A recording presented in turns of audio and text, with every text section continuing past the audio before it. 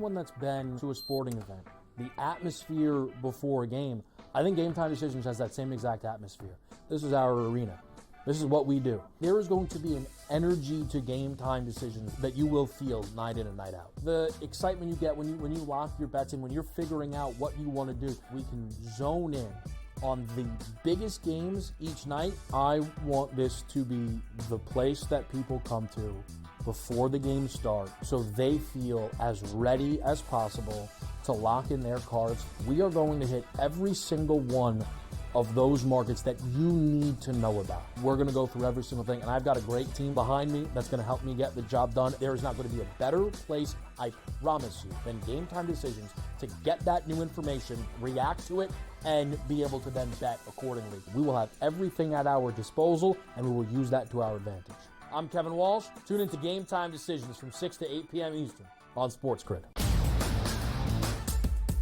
We know the Knicks are talented. They're 37-20. It's not a bad season by any stretch. They're just not beating the upper echelon team. This is the Knicks team right now. They're a very good team. And I'm a Knicks fan. You can't look us there and say, this team can win a championship. They're not good enough. They're not good enough defensively. Are we the New York Knicks or are we the New York Fugazis? Forget about it. The Early Line. Only on SportsGrid. Is that kind of helpful when it comes to preparing for a major? Is that you're just like 1 foot in front of you at this point? Ideally come to a place here at Bay Hill where I've had good success in the past. I've only played it the last 21, 2, 3, and 4. So, but I've played it well, and I really like that we're heading there with where I'm at right now. I think it's going to tell me a lot. The Smiley Show, only on SportsGrid.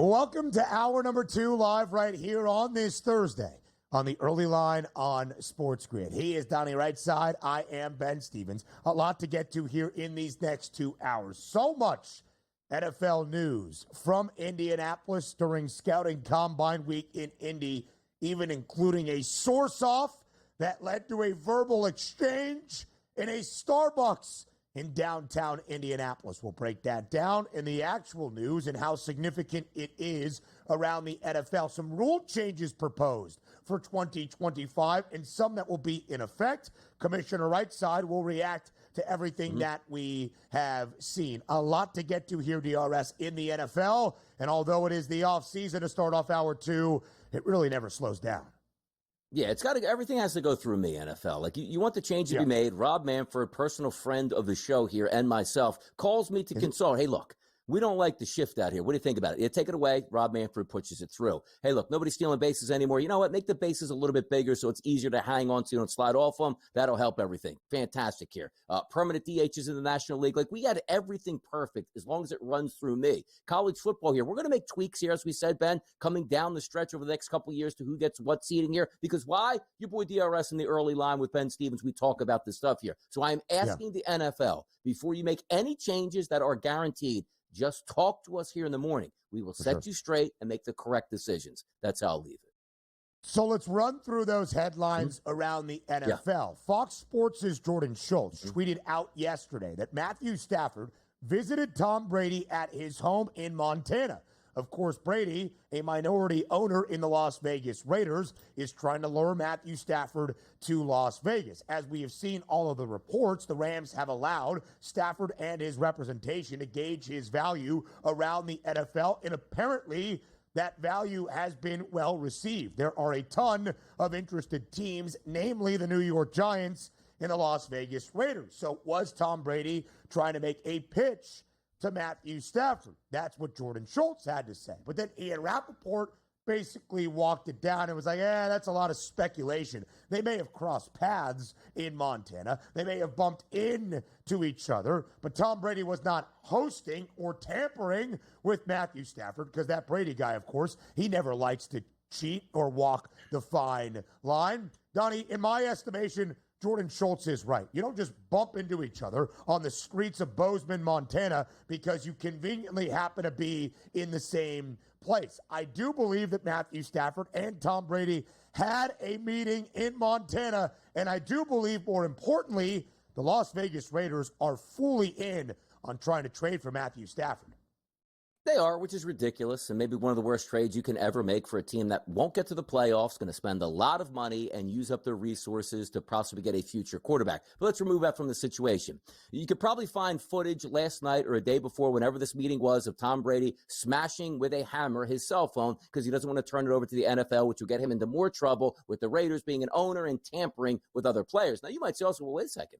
Los Angeles Rams actually are letting him shop around and, go out and find his deal, which is fine and okay. But it is funny, like if they ran into each other in Los Angeles where Tom Brady had to do an appearance and Matthew Stafford lives in LA, so if that makes some sense. Somewhere in Montana, they bumped into each other as if Matthew Stafford, you know what? Heading to Montana to ski this weekend. Let's go have a good time here. It's funny that this gets picked up and how it's reported, but it looks more and more each day that the Rams are hoping Matthew Stafford finds a trading partner so they don't have to have him and they can get Aaron Rodgers. Oh, man.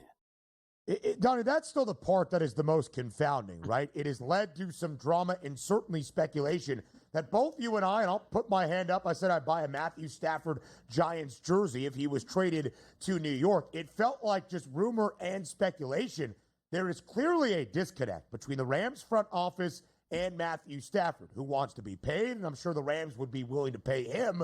But how much do you invest in a 37-year-old quarterback about to embark on year number 17 around the NFL? But just logistically, from the football X's and O's, why wouldn't the Rams want Matthew Stafford back for a guy that in his 3 fully healthy seasons in L.A., out of the 4 total years he has been there, the Rams have at bare minimum made the postseason, won a Lombardi trophy, and frankly were the only team to actually test this year's Super Bowl champs. It should be super cut and dry. Hey, we're a good, young, promising team led by a veteran quarterback. Everybody's happy. Let's run it back. And it's very, very far from that, it would seem, at this moment, DRS. Yeah, it is. It's just, it's odd because the way they ended the season, right? Heartbreak in Philadelphia. But the vibes for the Rams was the minute that game got over, like, man, they have a great front seven that they're not paying a lot of money. Stafford, of course, already makes a lot of money. Maybe they throw him a little bit more. A great running back, one of the best young wide receivers in football on the outside, draft capital, and a chance to spend some money in free agency with one of the richest owners in the sports, where a couple strokes of a paycheck can clear up even more cap space, only to find out in a place where Matthew Stafford won a world championship with one of the, not if the best, play callers in the NFL, which is his head coach, playing in a dome in a city that he loves, is like, you know what? I would really like just to make more money and get out of this situation. It's one of those stories that we didn't expect from the end of the season till now, and I didn't want to believe it at all when the reports first came out. Like, this doesn't make sense. Yeah. And still to this day, it doesn't make any sense. We need a 30 for 30 of what went wrong at the end of the season till now with the Rams, of why they apparently don't want Stafford and Stafford doesn't want them. A great program the morning after, hosted by Kelly Stafford, her podcast. Maybe we'll get some details into this relationship schism, because that's what it seems to be. A personal relationship and maybe some monetary ties in there as well. It still does not make any football sense. We'll see how the rest of it plays out. The Rams would have to trade him. Matthew Stafford is under contract, and maybe common sense will prevail at the end for Les Snead and Sean McVay to be like, you know what? All right, we'll add an extra $5 million for this guy. We're not trading him, but it does seem as though that speculation is starting to become a reality. The Rams' rivals in the NFC West, they also have a quarterback question to address this offseason. That's Brock Purdy, eligible now for his second deal and a long-term extension. I don't think it's a matter of if, DRS. Perhaps when is a better question. The real question, how much is Brock Purdy going to be paid? Look, they both ends of the candle, right, burning at the same time, where you said on one hand, boy, we paid him like $1 million over 4 years and got really good quarterback player, enough to possibly win a championship, and they did get to a Super Bowl. But now you're at that crossroads, like, well, is he the difference between us winning or losing? Is he replaceable? And can he get a team-friendly deal? If you're Brock Purdy and his agent, there is no team-friendly deal. You're going to take the highest possible price you have. But you don't want to Daniel Jones yourself where you go, we understand he wants to get paid. We're going to reset the market for this quarterback when if you hit the open market and nobody would bid for his services anywhere near what you're paying him, you can't do that to yourself. So the way we take a look at Matthew Stafford, like, hey, we'd like you back, and we think you want to come back, but you want $55 million. We think you should get $35 million. Take a look at what Baker Mayfield is getting. I feel the same way. Like, they should do their due diligence and actually let him go the free agent route. Say, that's crazy. Why would you do it? Well, if somebody signs him to $60 million, you clear that up on your cap. You go hunting out here. Maybe you pick up a veteran quarterback who thinks you can replicate exactly what Brock Purdy is doing. That's the only issue I have. Brock Purdy should be the starting quarterback for the 49ers. But if you're telling right now it's $50+ million, I'm scratching my head. I'm sorry. And that's the question, Donnie. With how inflated quarterback salaries have become, the going rate of anybody paid a long-term deal the last 2 off seasons has been at bare minimum $51 million per year annually. That's what Jalen Hurts makes. We'll continue that conversation around the NFL. Up next.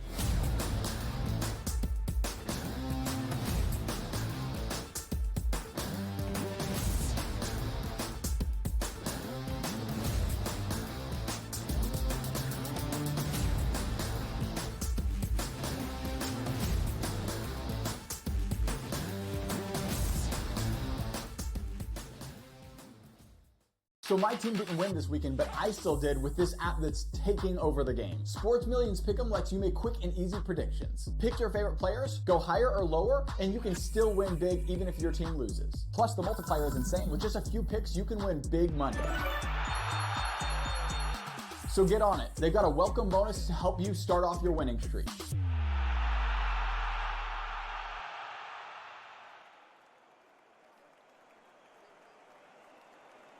Anyone that's been to a sporting event, the atmosphere before a game, I think Game Time Decisions has that same exact atmosphere.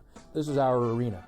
This is what we do. There is going to be an energy to Game Time Decisions that you will feel night in and night out. The excitement you get when you lock your bets in, when you're figuring out what you want to do, we can zone in on the biggest games each night. I want this to be the place that people come to before the game starts so they feel as ready as possible to lock in their cards. We are going to hit every single one of those markets that you need to know about. We're going to go through every single thing, and I've got a great team behind me that's going to help me get the job. It's not going to be a better place, I promise you, than Game Time Decisions to get that new information, react to it, and be able to then bet accordingly. We will have everything at our disposal, and we will use that to our advantage.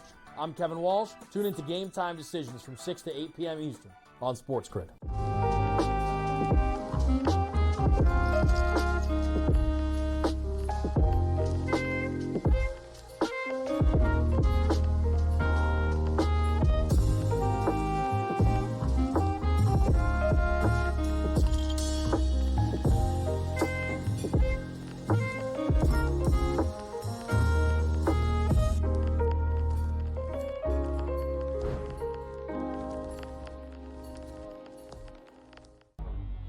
Two guys that can do it all. Too much electricity this morning. This is a good time. We're having a lot of fun. I had to do a triple take. Ka-ching! Why? Because of parody. I didn't mean to offend. Yeah, it's not going to happen. Load management is a dirty word. Let him rip. You know what? Circumstances provide the results. What? How do you do this one? Oh, Donnie, you got such a good show there. A network that is booming. The Early Line, only on SportsGrid.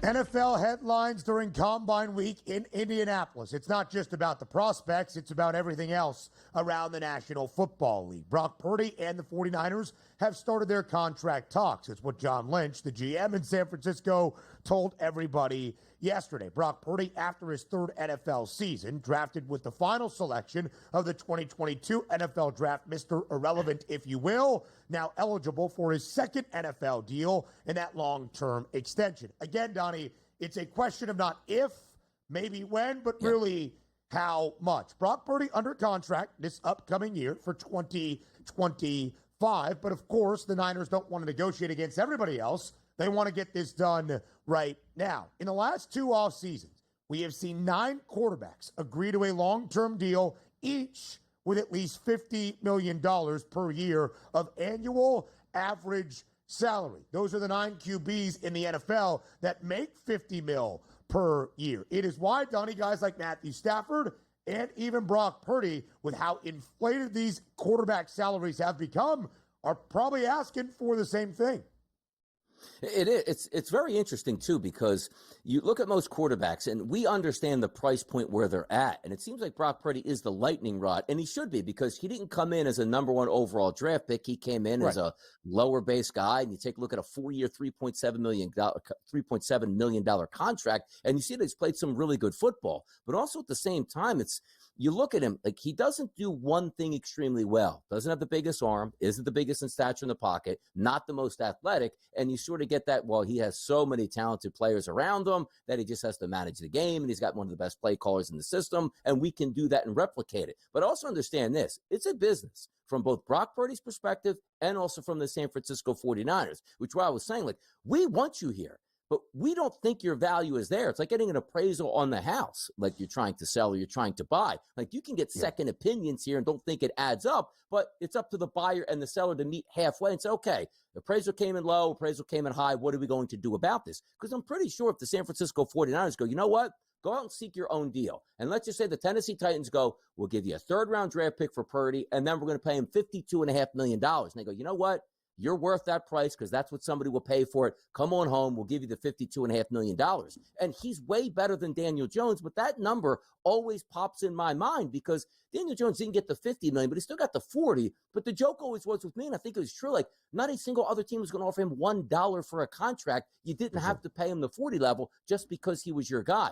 Brock's a good quarterback, but you have to find that of, hey, Brock, you happy with the system? You're playing good football. You're still young. You're going to have multiple contracts. Maybe we can't afford to give you the 55 now if you want to still win a championship, which is somewhat of a fallacy because other teams have high payrolls that can make superstar contracts work, particularly with the quarterback position. Case in point, the Philadelphia Eagles. But I just want this to be right for the 49ers on both sides.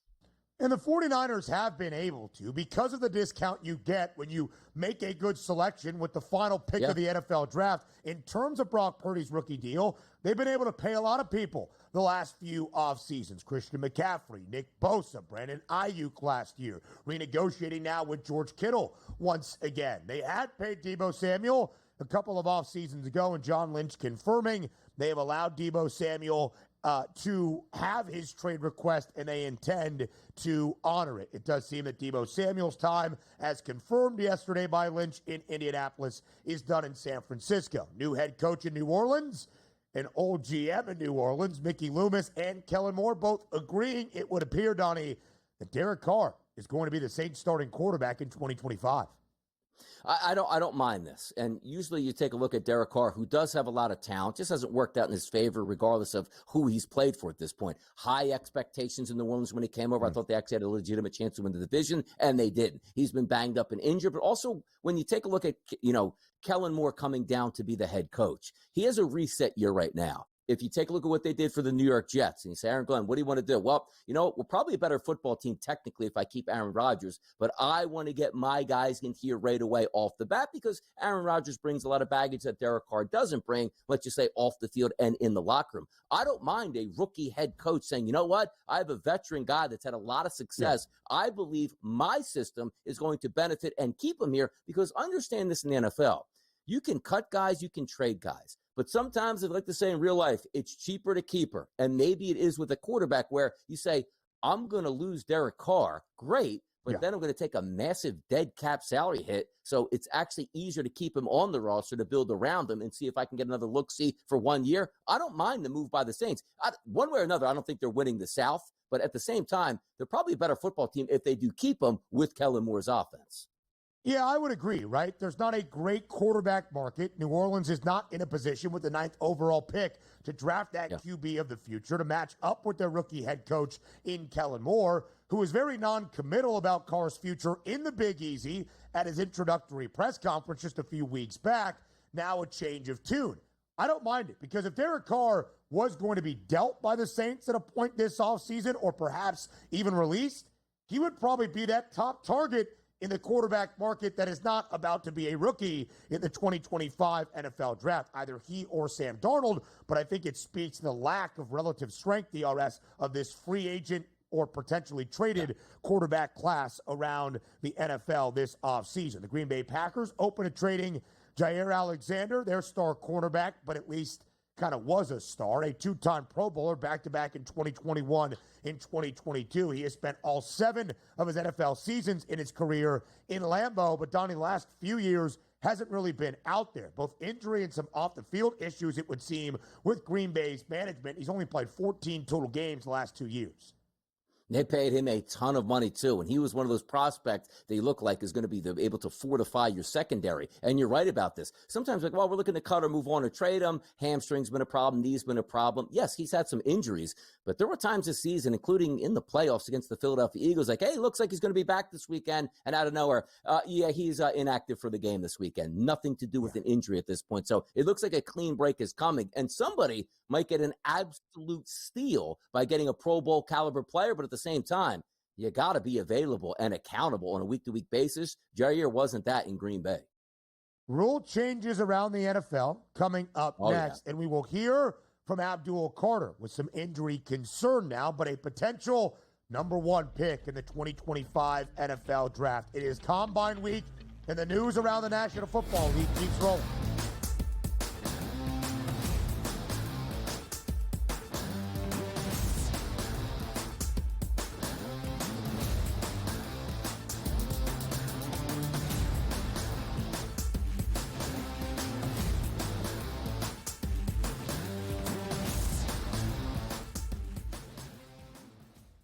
The Eagles got it done. If you back them, you're celebrating. Football season may be over, but the action never stops. Are you ready for some baseball? At SportsGrid, we're always in the game. We bring you 24/7 betting insights, expert picks, and real-time analysis. Next big play is already in motion. Are you ready? It's smarter to be on SportsGrid. Anyone that's been to a sporting event, the atmosphere before a game, I think Game Time Decisions has that same exact atmosphere. This is our arena. This is what we do. There is going to be an energy to Game Time Decisions that you will feel night in and night out. The excitement you get when you lock your bets in, when you're figuring out what you want to do, we can zone in on the biggest games each night. I want this to be the place that people come to before the games start so they feel as ready as possible to lock in their cards. We are going to hit every single one of those markets that you need to know about. We're going to go through every single thing, and I've got a great team behind me that's going to help me get the job done. There is not going to be a better place, I promise you, than Game Time Decisions to get that new information, react to it, and be able to then bet accordingly. We will have everything at our disposal, and we will use that to our advantage. I'm Kevin Walsh. Tune into Game Time Decisions from 6 to 8 p.m. Eastern on SportsGrid. The two guys that can do it all. Too much electricity this morning. This is a good time. We're having a lot of fun. I had to do a triple take. Ka-ching! Why? Because of parity. I didn't mean to offend. Yeah, it's not going to happen. Load management is a dirty word. Let him rip. You know what? Circumstances provide the results. What? How do you do this one? Oh, Donnie, you got such a good show there. A network that is booming. The Early Line, only on SportsGrid.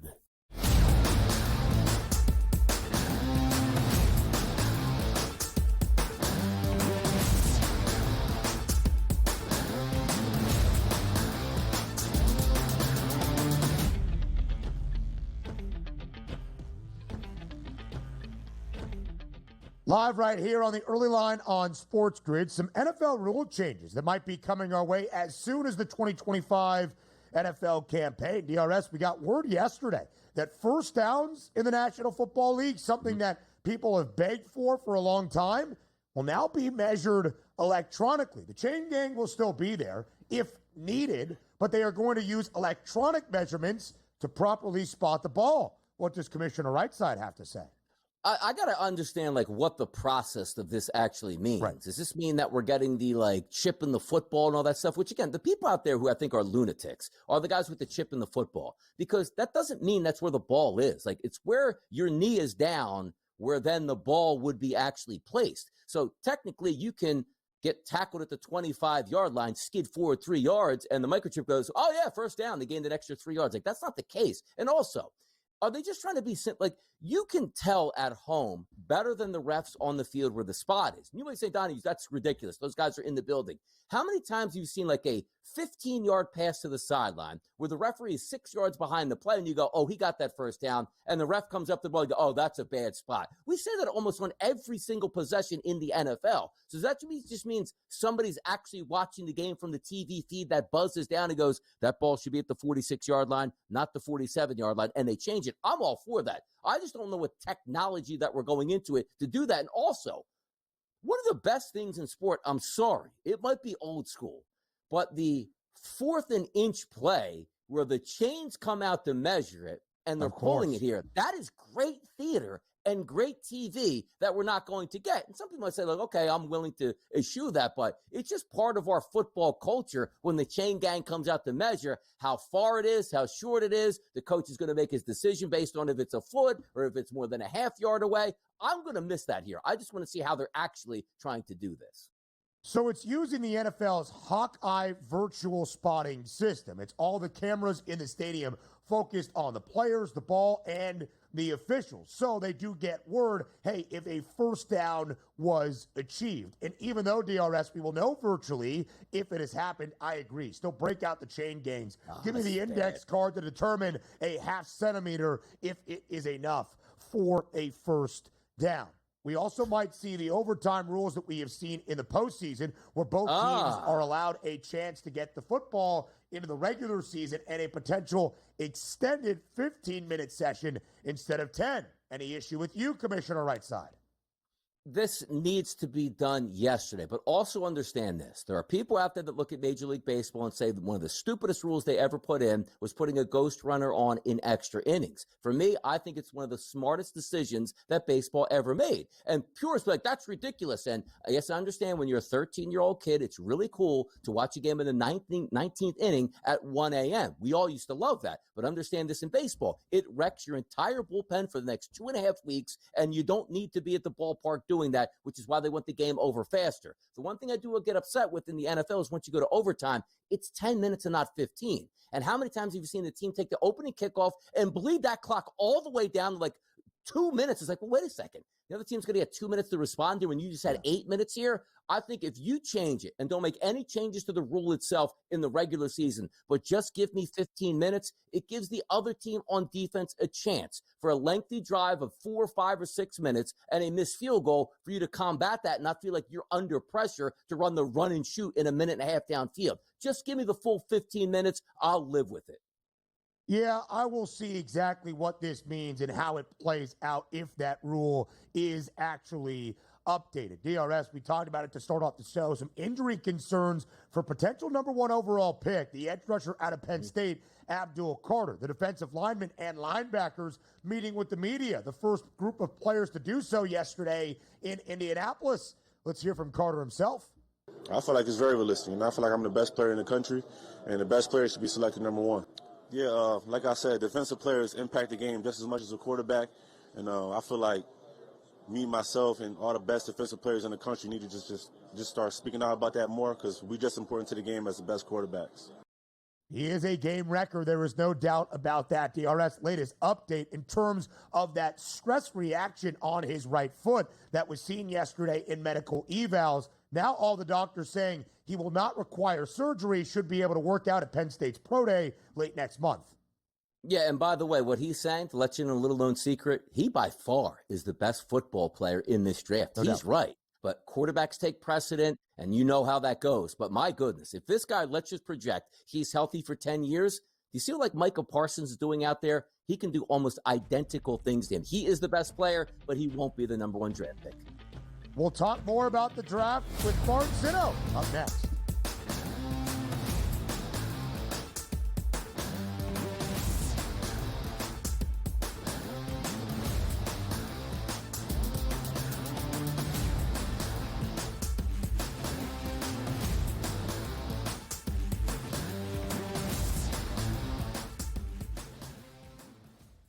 The Eagles got it done.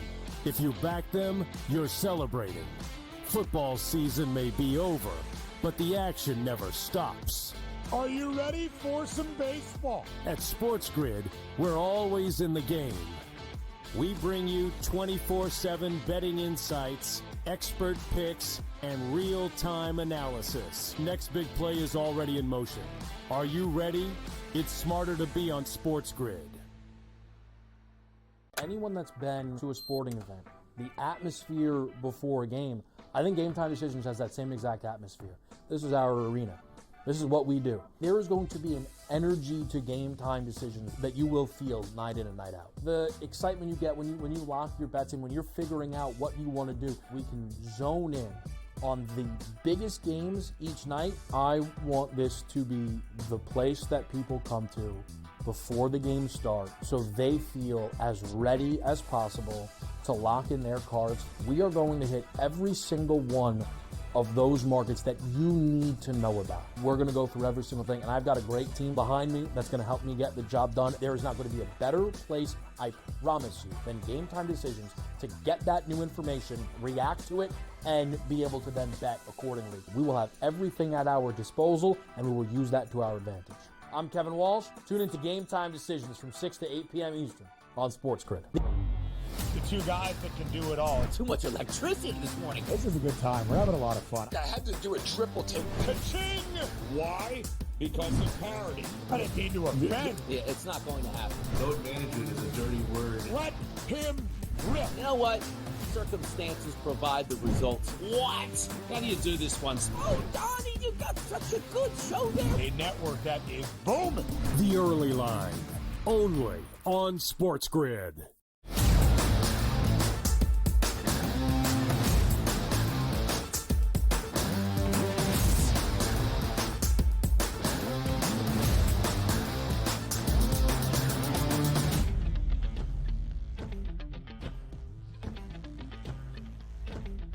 Live right here on the Early Line on SportsGrid. It is always our pleasure to welcome on Mark Zinno. We will talk about the 2025 NFL Draft, how Mark Zinno is evaluating things around this National Football League offseason. We'll talk some college basketball in our next segment. To round out the hour, Zinno's MLB winners before the season gets underway in the bigs. He's a man that can do it all. And Mark Zinno, as always, we are glad to have you here on the Early Line. It is great to be with you. Ben, I'm sure you enjoyed some wonderful Big Ten hoops last night as Michigan State wanted the buzzer in a rock fight against Maryland. But we are in full swing of college hoops here and ready for some baseball actually coming up. Yes, we are in the full swing of college basketball, Mark Zinno. Regular season home stretch at the high major level, mid-major conference tournaments starting this weekend. Even Donnie right side is fired up. But let's go to those college football stars looking to make the leap to the next level in the National Football League. It is Combine Week, Zinno, for the 2025 NFL Draft in Indianapolis. A lot of NFL news and notes outside of just the prospects, but of course some big news yesterday. The D linemen, the edge rushers, the linebackers, the first guys to be in Indy this week to get their measurements and medical evaluations done. And we knew, Zinno, that Abdul Carter out of Penn State, maybe a number one overall selection potential, was not going to work out this week, still dealing with a shoulder injury. But what came up yesterday in medical testing was interesting, I should say. Stress reaction in his right foot. That was the news last night. Maybe mulling over his options, surgery potentially, or could he just continue to work out through it to be available for Penn State's Pro Day at the end of March? Latest update just about 25 minutes ago from Adam Schefter of ESPN. Abdul Carter meeting with more doctors, saying the stress reaction is not going to require surgery at this moment. He should be good to go for the Pro Day. All the things, you dive through during this combine process, during the draft evaluations around the NFL. Where do you project Abdul Carter will go in the 2025 NFL Draft?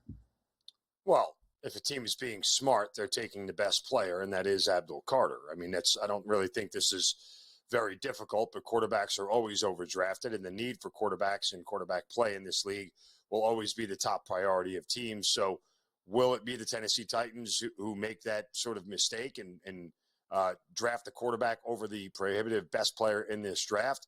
We'll wait and see. You know, I keep going back to the Reggie Bush draft from years ago when everybody remembers that Reggie Bush was the best player in the draft and he was supposed to be the number 1 overall pick. And the Houston Texans went out on a limb and drafted some guy named Mario Williams. Well, guess what? Unless you have revisionist history, they'll tell you the Texans got it right. They picked the better player. They picked the guy who lasted longer, had a better career and a more impactful career. And they were shunned for doing so when they drafted Mario Williams, leaving Reggie Bush to end up in the hands of the New Orleans Saints. Not to say Reggie Bush didn't have a good career, wasn't a good player, but it's those kind of moves that really change the trajectory of your franchise. Had the Texans taken, Reggie Bush, they might not have been a playoff team the way they were with Mario Williams. So I think it's the same sort of thing here. You have to have enough guts to turn around and go, Cam Ward, Shedeur Sanders, Travis Hunter, somebody else can go take those guys. I'm going to take the clear-cut number 1 best player in the draft, and that's Abdul Carter. If we do take a look, because we'll get to the number 1 pick odds in just a few moments, but obviously it's the Titans, it's the Browns, and the Giants 1, 2, 3. And I agree with you, Mark. I think by far Abdul Carter is the best player in this draft. But how do you handle that if you are the Titans and the Browns clearly looking for your future quarterback, and there are 2 quarterbacks on the board that, let's just say we project them to be first-round talents, maybe not number 1 overall talents. How do you handle that as a franchise? Do you just take the best player on the board, as you explained here, and a defensive end when you know you need a quarterback? Or is it just too hard as a general manager to say, you know what, if I'm the Titans and I passed over Cam Ward, he turns out to be a Pro Bowl quarterback, and 2 years later, I'm still looking for my quarterback? Well, here's the thing. I mean, I think that Cleveland and Tennessee are in dynamically different situations. Like, whether Tennessee takes Cam Ward, Shedeur, if they take a quarterback or not, they're not a playoff team with or without one, right? Cleveland, on the other hand, despite playing in a different division, probably has a roster that has more ready-to-win talent now that might be able to creep into a wild card conversation if they get the quarterback position right. So I think they're in 2 different scenarios here. Tennessee has a lot more holes than Cleveland does. They just do. Like, that's the reality of the whole thing. And Cleveland still has a defense, a pretty formidable one, with, if you can keep Myles Garrett in town, still one of the best defensive players in the league on it. So I don't know if those 2 teams are in the same position. Tennessee, I think if they take a quarterback, they're still missing the playoffs, regardless of how good that young quarterback is. I just don't think that there's enough talent from 2 to 53 on the roster to make them good enough. So I think Tennessee needs to have a little bit more discipline here in not taking a quarterback, whereas Cleveland, they would be better off probably taking one and hoping that it hits to push them into a 7, 8, 9 win conversation next year. As you see those odds, minus 270 still for the Titans to be the team that drafts first overall. Of course, we have heard from new GM in Nashville, Mike Borgonzi. They are open to fielding calls. They've already started to field some calls about that first overall pick. Zinno, you have said what you think the Titans should do. Ultimately, what do you believe they will do? Let's start with where they draft. Do you believe late April 24th in Green Bay, Wisconsin, the Tennessee Titans will be the team making the first overall pick in the 2025 NFL Draft? Yes, only because no one is going to give them a king's ransom to take the pick, right? Like, if they only have to give away a first rounder or a first and a third for somebody to move up, but you're not watching 2 and 3 first-round picks go out the door for the top of this draft. Unless it's a team that wants to move from the mid-teens or 20s all the way up to 1 to get Abdul Carter because they believe he is the difference maker for them, that's already a playoff team, I don't see it happening. I just genuinely don't. I think the teams will let Tennessee make their pick the way it needs to go. And for everybody else, when you look at the 6 of the top 10 teams that are probably in need of a quarterback, there's just not enough quarterbacks to go around. So why trade up unless you absolutely believe it? What I think the Tennessee Titans' most flawed philosophy would be to trade back and then take one of the quarterbacks anyway. Because that's just luck. That's a bad draft philosophy that, all of a sudden 5 other teams passed on Cam Ward. Now we'll take him. If you thought that highly of him, you take him number 1 overall. Do we have any surprises, Mark, at the top of the draft? Because we see them every year. And I'm not talking about just somebody making a trade, but somebody falling out. Like Cam Ward, we think is going to be number 1 overall. Or let's just say Shedeur Sanders goes high. Could we have one of those instances where we watched Alex Smith and Aaron Rodgers like, hey, they could both go number 1? Or One might go number one. The other one doesn't even get drafted in the first round. Are there any guys that you can see from that quarterback level with Shedeur and Cam that they could slip out like, oh, man, somebody's going to get a steal late in this draft? When you first asked me about surprises, I chuckled because I figured, well, the Giants are drafting in the top 4, so they'll make some stupid move, and it will be a surprise to everybody because that's been their history as of late. So, yeah, that was my chuckle for that reason. But I don't see Cam and Shedeur falling out of the top 10. That would be the surprise if one of the two of them falls out of the top 10. There's just too many quarterback-needy teams there that wouldn't pass up on them. Now, we have to see how free agency shakes out. Is Matt Stafford going to be a Las Vegas Raider? Is he going to be a New York Giant? Is Kirk Cousins going to be in a Falcons uniform? Where's he going to end up? You know, that's going to change the stuff in the scope of what teams are going to do. But in theory, if everybody stands pat, and let's just say one of those 6 teams gets a quarterback in free agency, you still have 5 teams left. I have a hard time believing that both of those quarterbacks would fall outside the top 10. I mean, if you're the Raiders and you don't end up with Matt Stafford and Shedeur Sanders falls to you at 6, you can't pass it up. The ceiling is too high for that young man to walk away from it. The floor might be much lower as well, but you can't pass it if he falls to you. There feels like there is going to be some movement. Could be dictated by things we see once the league year begins and free agency opens in just a few weeks. But at least 3 of the last 4 years, it's been pretty cut and dry at the top. We knew who was going first overall, or at least in the top 3 picks. This year feels a little bit different. March is on the horizon. Let's get ready for the madness with Mark Zinno next.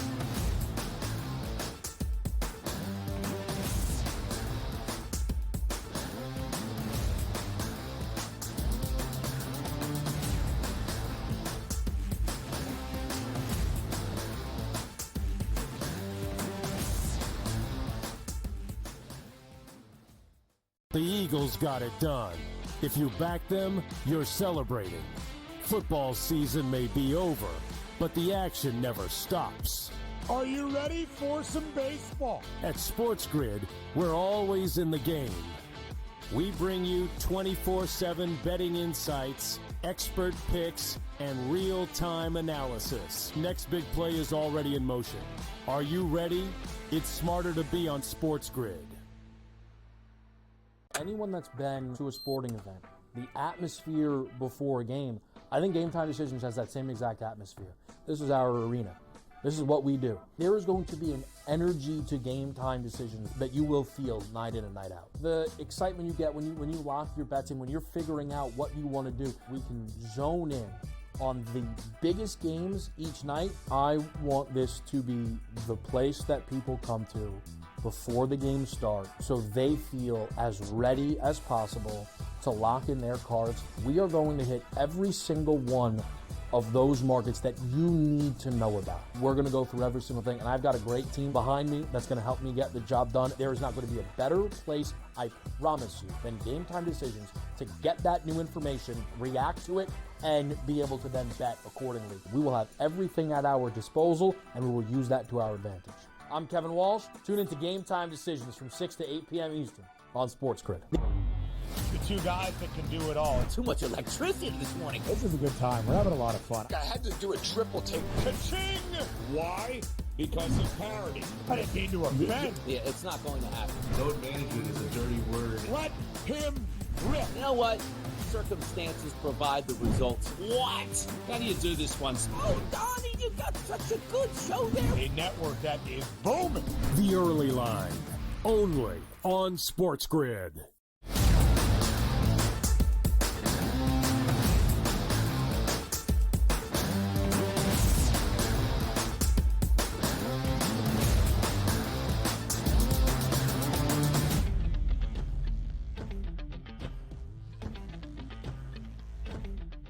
Hey, Mark Zinno, do you know what happens in 2 days?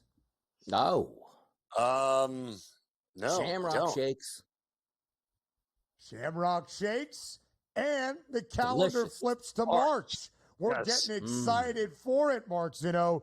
Yes, we certainly are. Let's get your evaluation of The what man's what'd you locked say? in. Whew, that man's you locked in over there. Day to day. Well, he knew it. Regimen. I knew he was just playing along. No, like I genuinely had a brain fart. Little quick, little nugget.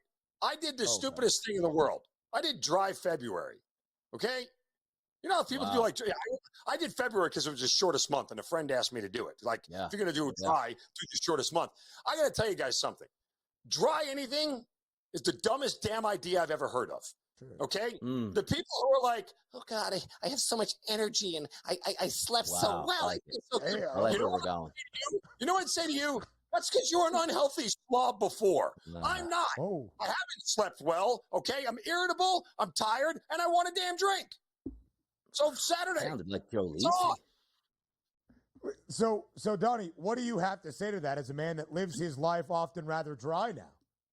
Yeah, I don't know. Is a shot at me at this point now? I mean, what's Mark trying to say at this point? I can't get my sleep in. Like every day is dry for me right now at this point. Just a little meal in my water. Impression?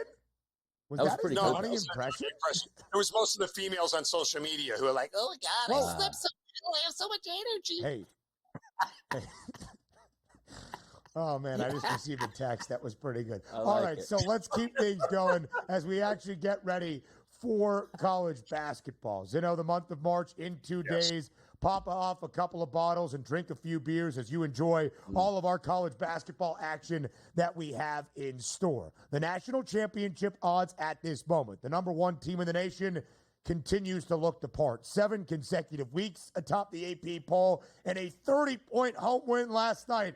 That would be the Auburn Tigers, plus 340. A $0.50 in front of Duke, plus 390. Houston winning 2 consecutive Big 12 regular season crowns, plus 750. Earlier in the week, Zinno, Florida at a 9-1 number was the other team, the 4th team with a 3-digit price or shorter. Now 11-1 after the road loss against Georgia. Alabama, 4th best price at 10-1. Zinno, when you look at these national championship odds, where do you start to find the differing points and tiers among these title contenders? Well, if you believe in some of the metrics and, you know, like Ken Palm and their national championship criteria of, you know, a top 21 offense pre-tournament and a top 31 defense, you know, that's kind of the way they measure it as far as Ken Palm is concerned. Only 9 teams fit that model as of right now. Texas Tech, Iowa State, Houston, Duke, Auburn, Florida, Arizona, Clemson, and Maryland. Look, I would circle the Florida Gators near the top of my list, despite the fact that they just lost a game to Georgia, a game that I had Georgia plus 7.5 in. You know, I think that is going to be a very, very tough out when it comes to getting through the tournament, as is Iowa State, because they're very good on both ends of the floor. You know, Duke, I mean, even at plus 390, guys, are you really upset about taking Duke at 4-1 to win this thing, given the way they've played all year long? Granted, we haven't seen them really much outside the ACC, which has had a very, very down year by ACC standards to believe that they are that much better than the field. But it looks like they could lap the field. I have some concerns. You know, St. John's and Michigan, here's the interesting thing. I was having this conversation last night. St. John's and Michigan State win games by forcing you to play their style, right? Because what do they do really well? Play defense, rebound. But what do they do really poorly? Shoot the three. And guess what's going to happen at some point trying to go through 6 games in March? You're going to miss shots early. The other team is going to make them, and you're going to find yourself in a hole. And what's the only way to get out of a hole in college basketball is to make threes. Neither one of those teams do it well, especially when they're not at home. So I have concerns about them, and I'm a Johnny's fan. You guys know that. That's my team. I love what Rick Pitino has done. Might be the coach of the year. But when you talk about winning 6 games in March, I have some concerns about those 2 teams. I wish Tennessee could be more consistent, a little bit less schizophrenic for me to back them. But, you know, between Florida, Duke, and Iowa State was probably where I would go with my money to start.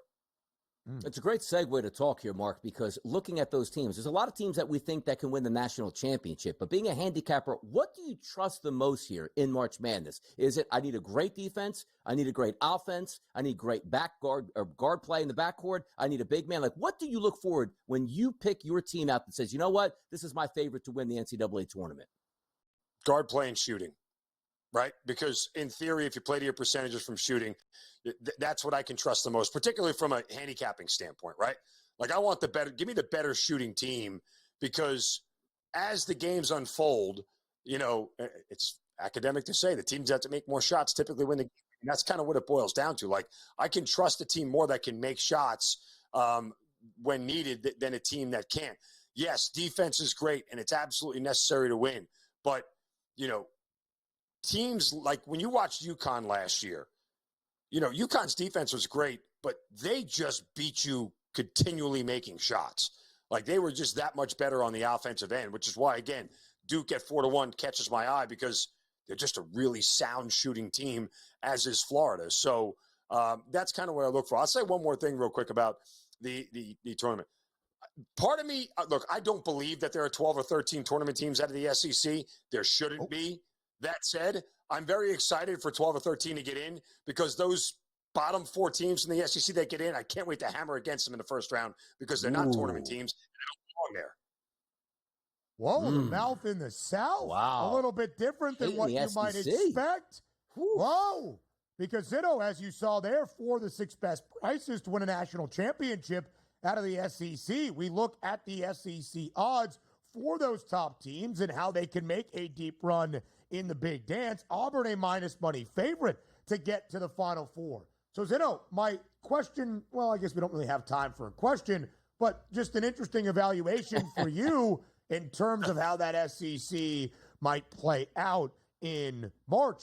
13 teams projected into the tournament field by Joe Lunardi just earlier this week. Would set the all-time record. The old Big East back in 2011 had 11 bids to the NCAA tournament.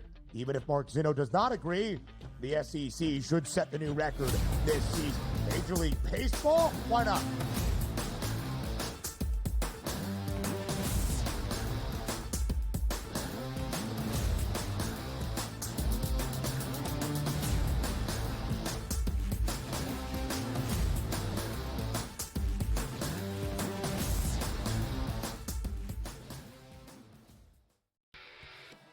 Brady Tkachuk saying that if his brother did miss that overtime period against Canada like we saw him do, it must be serious out there. And of course, Brady Tkachuk, not a doctor, but you've got to wonder the status of Matthew Tkachuk and what we're going to find out. Game time for all of these teams and all these players that were, teammates. Now they're facing off against each other. Now they're back to being teammates, wherever it might be. Like, it's time to get things rolling back in the right direction.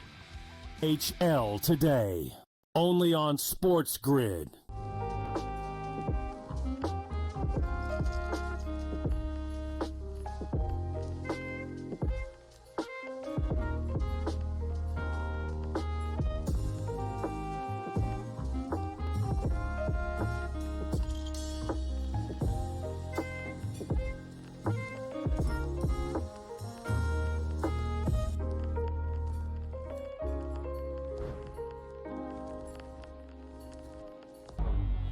Two guys that can do it all. Too much electricity this morning. This is a good time. We're having a lot of fun. I had to do a triple take. Ka-ching! Why?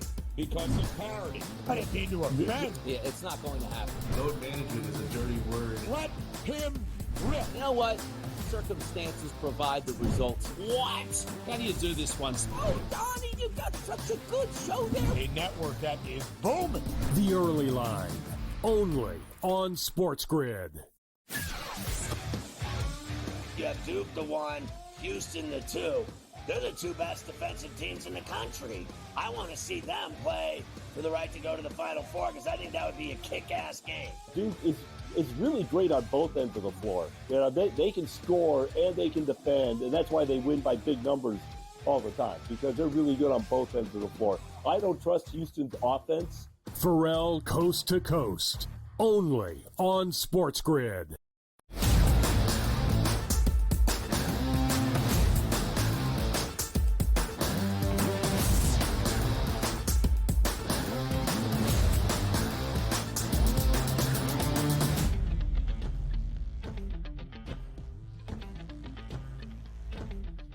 All right, so let's quickly continue with the SEC, because some strong words from the mouth in the South for a conference that more than likely is going to set a new record for the most bids from a single league to a single NCAA men's tournament. It should be at least 12, which would surpass the old Big East back in 2011 that sent 11 teams to the Big Dance. Zinno, with a lot of quality, of course, you have some really good quantity as well. we asked the public yesterday, the SEC versus the field to win a national championship, which might sound a little bit difficult at this time. You would obviously take the field, not when you have 4 of the 6 best prices to win a national championship. DRS actually voted for the SEC in that poll. It sounds like to me, Mark, that you would favor the field. You have highlighted Duke. You have highlighted Iowa State. How many teams out of the SEC do you think can actually make a run to the second weekend, Elite Eight, perhaps even Final Four,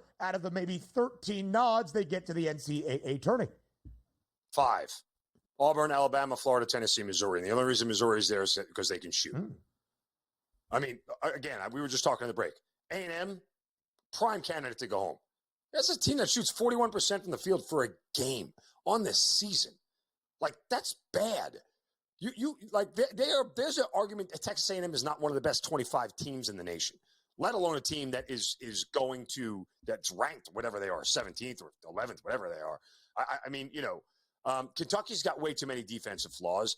Mississippi, I would give them a little bit of a nod just because offensively, the pace that they play with, but they're so schizophrenic, it's up and down.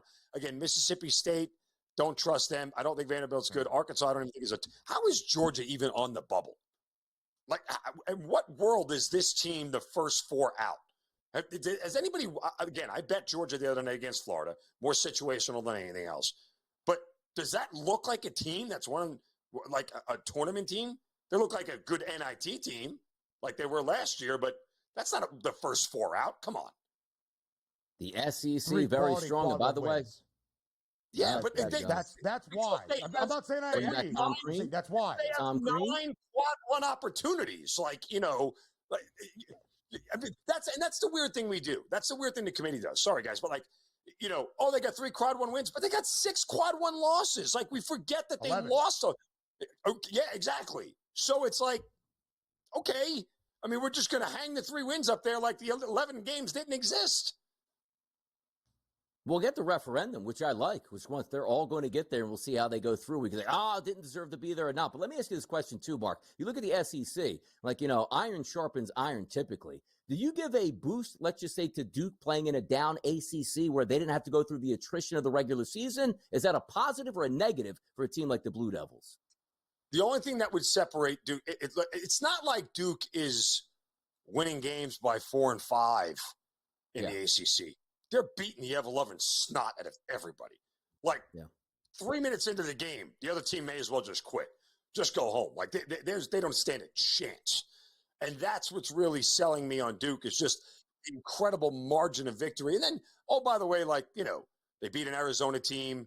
2 of their losses were to Kansas when they were good and Kentucky when they were a little bit more of an unknown quantity at that point in time. But again, they're boat racing everybody, guys. And it's like I just said, Florida just had a down night, right? Florida's a top 5 team, in my opinion. They had a down night on the road against Kentucky. When has Duke had a down night on the road against anybody? Not even Clemson was it a down night. Clemson just played their tails off and won a game. But, they just smoked Illinois by 40. Come on. This team laps the field, and it's crazy to see how much better they are. Such a talented freshman class, but also with some veterans around the guys like Cooper Flagg and Con Knipple. We'll see. That's not often a recipe, at least in the one-and-done era that has led to success in March. 1 more minute. Let's talk some Major League Baseball. Is it a World Series odds? Do we have any wagers laid down before the start of this baseball campaign?